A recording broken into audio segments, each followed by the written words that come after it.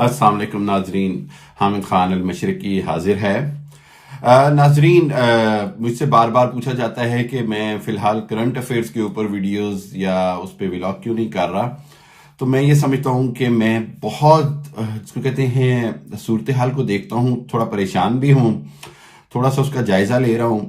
اور بہت ساری باتیں ہر جگہ ہو رہی ہیں جس میں مجھے ایسے لگتا ہے کہ کئی جگہوں پر شاید ابھی صورتحال کو نارکی سے بچانے کے لیے ہم سب کے لیے کہیں نہ کہیں سلو ہو جانا، خاموشی اختیار کر لینا بھی بہتر ہے۔ لیکن آج کچھ ایک تو ایسی خبریں آئیں سامنے کہ مجبوراً مجھے ہر صورت لگا کہ آج مجھے لازمی آنا چاہیے، مجھے لازمی بات کرنی چاہیے۔ تھوڑا سا میں اپنی ویڈیو میں، آج کی ویڈیو میں تھوڑا سا موجودہ حکومت اور صورتحال کا جائزہ لے کر جو سب سے امپورٹنٹ آج کا جو ٹاپک ہے اس کو بعد میں تھوڑا سا ڈسکس کروں گا۔ ضرور اس ویڈیو کو دیکھیں، اور میں یہ کہوں گا کہ آپ میرے چینل کو زیادہ سے زیادہ سبسکرائب کریں تاکہ زیادہ سے زیادہ لوگوں تک ایک حق اور سچ کی آواز پہنچے۔ اپنا کوئی ذاتی مقصد نہیں ہوتا، صرف ملک اور پاکستان کے ساتھ جو محبت ہے اور جو میرا پروفیشنلزم ہے وہ مجھے اس بات پہ مجبور کرتا ہے کہ میں بار بار آپ کے سامنے آ کر حقیقت کو بیان کروں، اور آپ کو خود فیصلہ کرنے کی جو صلاحیت ہے، آپ خود اس کا فیصلہ کریں کہ کیا صحیح ہے اور کیا آگے ہونا چاہیے۔ ناظرین، جب سے شہباز شریف صاحب حکومت میں آئے ہیں، ایک دم سے جو پہلے کے دعوے تھے، جو باتیں تھی کہ جی یہ بہت ساری ایک دم سے تبدیلیاں آ جائیں گی، اور عوام کو اس طرح باور کرایا گیا تھا کہ شاید آتے ہی پیٹرول پتہ نہیں 40 روپے یا 50 روپے لیٹر ہو جائے گا، آٹا جو ہے وہ 20 روپے کلو ملنے لگ جائے گا، اور جو بجلی ہے وہ برحال 8 یا 10 روپے یونٹ کی باتیں ہو رہی تھیں، اور سعودی عرب اور باقی ملکوں سے ایسے لگ رہا تھا جیسے 8-10 ارب ڈالر تو ایسے جیب میں ایک دم سے کیش آ جائے گا۔ وہی مس کیلکولیشن، وہی غلطیاں جو عمران خان صاحب کے آتے وقت ہو رہی تھی کہ جی 100 ارب ڈالر تو بیرون ملک پاکستانی بھیج دیں گے، اور جی عمران خان کے آتے ہی پاکستان میں شاید دودھ کی نہریں بہہ جائیں گی۔ دیکھیں، ہمیں یہ بات سمجھ لینی چاہیے کہ اکنامیکل سچویشن یا ملکوں کے تعلقات کسی شخصیات سے اتنے متاثر نہیں ہوتے ہیں جتنا ان کی پالیسیز سے متاثر ہوتے ہیں۔ اس لیے بار بار میں ایکسپلین کرتا ہوں کہ policies are the most important thing. تعلقات ملکوں کے برابری کی اور فائدے کی بنیاد پر ہوتے ہیں، چاہے وہ پاکستان چائنا دوستی ہو، پاکستان سعودیہ دوستی ہو، پاکستان امریکہ دوستی ہو، پاکستان رشیا دوستی ہو۔ کسی بھی ملک کے ساتھ کوئی بھی آج کا ملک آپ کو ایک حد سے زیادہ بلا غرض آپ کو بہت زیادہ فائدہ نہیں دیتا۔ یہی ہوا سعودی عرب کا دورہ بھی شہباز شریف صاحب کا جو ہے وہ ناکام رہا، 3 ارب ڈالر واپس مانگ لیے گئے ہیں۔ اسی طرح پیٹرول کی پرائسز کے اوپر وہ جو بار بار مفتاح اسماعیل امریکہ بھی گئے، سب کچھ گئے، بار بار یہ اندیہ دیا جا رہا ہے کہ پیٹرول کی پرائسز بڑھائی جائیں گی۔ تیسری بات یہ کہی جا رہی ہے کہ جی بجلی کی قیمتیں بڑھانی ہیں، IMF سے نیا معاہدہ کرنا ہے، اور اس معاہدے کے تحت عوام پر بوجھ پڑے گا۔ وہی ساری کہانی، وہی سارا اسکرپٹ، عوام کو ایک بار پھر مہنگائی کی چکی میں پیسا جائے گا۔ عوام جو ہیں وہ اس میں سفر کریں گے، اور وہ جو نواز شریف اور شہباز شریف کے بیانیے میں جو عمران خان کا الٹرنیٹ کے طور پر شہباز شریف کو لایا جا رہا تھا یا پیش کیا جا رہا تھا، وہ بری طرح پٹتا نظر آ رہا ہے۔ اس سب کے ساتھ ساتھ میں یہ سمجھتا ہوں کہ خود شہباز شریف صاحب کی کل کی تقریر، اور اس میں جس طرح انہوں نے کہا میں اپنے کپڑے بیچ دوں گا، یہ وہ سب باتیں بھی خود جگ ہنسائی کا باعث بن رہی ہیں۔ مریم نواز نے جس طرح نام لے کر جنرل فیض کا، corps commander Peshawar lieutenant general Faiz, جو کہ مطلب آرمی چیف کے بعد سب سے موسٹ سینئر جرنیلوں میں شامل ہیں، 8-10 جو جرنیل ہوتے ہیں، تو اس حوالے سے ان کو ڈائریکٹ نشانہ بنانا، اور پھر اس کے بعد یہ سوچنا کہ اس کے اوپر اب ایک جانب جو ہے وہ کہا جا رہا ہے جی سوشل میڈیا پر، اور اس کے اوپر اگر کوئی بھی فوج پر تنقید کر رہا ہے تو اس کے اوپر کریک ڈاؤن ہو رہا ہے، ان پر پکڑا جا رہا ہے، ان کو اریسٹ کیا جا رہا ہے، پوسٹیں ڈیلیٹ کرائی جا رہی ہیں۔ اور دوسری جانب اگر یہ ہوگا کہ مریم نواز یا موجودہ اقتدار میں آنے والا ہے، چاہے وہ محسن داوڑ ہوں یا علی وزیر ہوں یا مینگل صاحب ہوں، وہ سب اپنا اپنا جو فوج کے خلاف مستقل بیانیاں ہیں وہ اقتدار میں رہتے ہوئے بھی جاری رکھیں، تو اس سارے معاملے میں فوج کے لیے جو بحیثیت ادارہ ہے وہ معاملات بڑے خطرناک ہو رہے ہیں، کمزوری کی طرف جا رہے ہیں۔ لوگوں کے پاس سوالات اکٹھے ہو رہے ہیں کہ فوج یہ واقعی نیوٹرل ہے یا یہ اب ایک سائیڈ پہ ہو گئے ہیں، دوسری طرف چلے گئے ہیں۔ دیکھیں بات نیوٹرل سے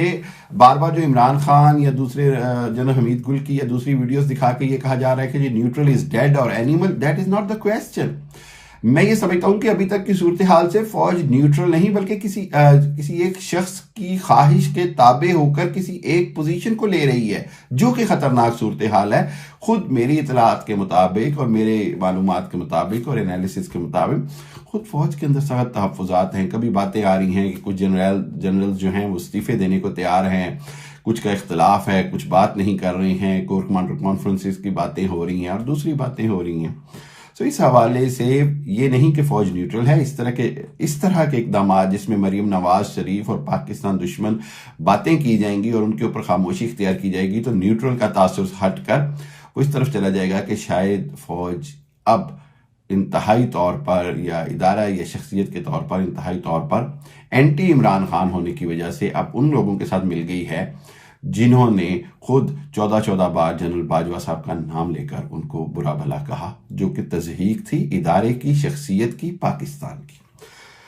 خود سوچنا ہوگا اداروں کو کہ کس طرح جانا ہے. وقت بہت کم ہے اور معاملات جو ہیں وہ سنگینی کی طرف بڑھ رہے ہیں. خواجہ آصف صاحب کی وہی جو غلطی پاناما لیکس پہ کی گئی تھی اسی کو دہرانے کی کوشش کی گئی تھی کہ عوام چند دنوں میں بھول جائیں گے، اور عوام کا یہ جو غصہ ہے جو عمران خان کے ساتھ ایک دم ہو گئی ہے یہ چند دنوں میں ٹھنڈا پڑ جائے گا، موسم گرم ہو رہا ہے، جلسوں میں رش نہیں ہوگا. ایسا کچھ نہیں ہو رہا.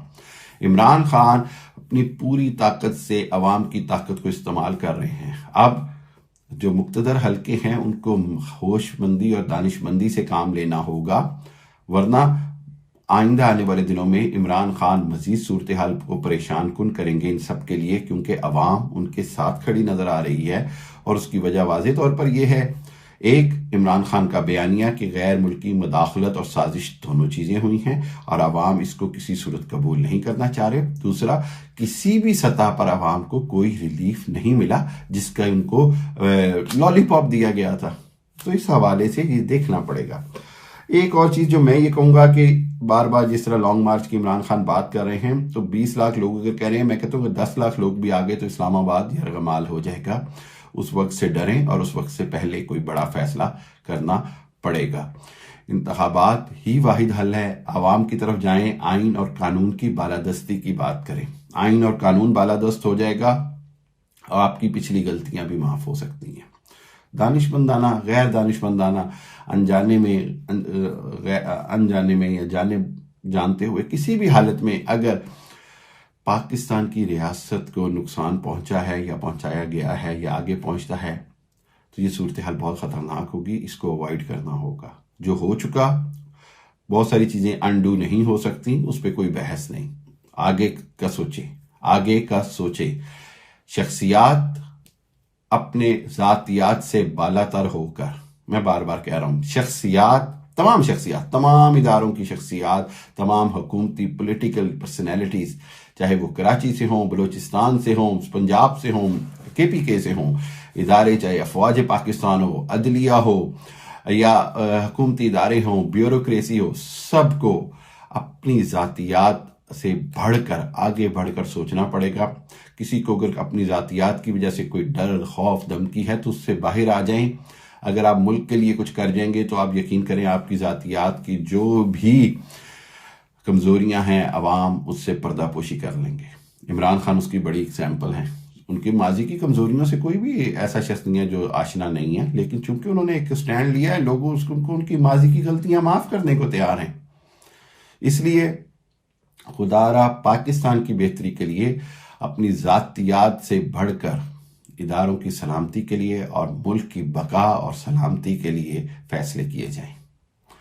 سب سے اہم بات نجم سیٹھی صاحب نے کہی ہے کہ چونکہ جو لانگ مارچ ہے اس کا سب سے زیادہ جو کراؤڈ آنے کا اندازہ ہے وہ KPK سے ہے اور کور کمانڈر پشاور ہیں جو کسی طرح کی بھی کوئی رکاوٹ نہیں ڈالنا چاہیں گے. اور یہ بھی کہا جا رہا ہے کہ پشاور اور سے جو KPK میں جو PTI کی گورنمنٹ ہے وہ مل کر اتنا بڑا ایک وہ پبلک گیدرنگ لے آئے گی جس کے نتیجے میں پنجاب اور کراچی اور باقی صوبوں سے جب لوگ آئیں گے تو ایک بہت بڑی تعداد میں اسلام آباد میں جو ہے وہ لانگ مارچ تکمیل پہ پہنچے گا. تو خبر آ رہی نجم سیٹھی صاحب کے حوالے سے کہ جنرل باجوہ صاحب کور کمانڈر پشاور جنرل فیض حمید کو آئندہ 2-4 دنوں میں تبدیل کرنے والے ہیں، اس لیے تاکہ وہ کوئی ایسا کور کمانڈر وہاں لگائیں جو میں لفظ تو نہیں لینا چاہتا لیکن یہ کہ غیر جانبدار ہو یا عمران خان صاحب کے حق میں نہ ہو، پی ٹی آئی کو فیسیلیٹیٹ نہ کرے۔ اگین ایک طرف سے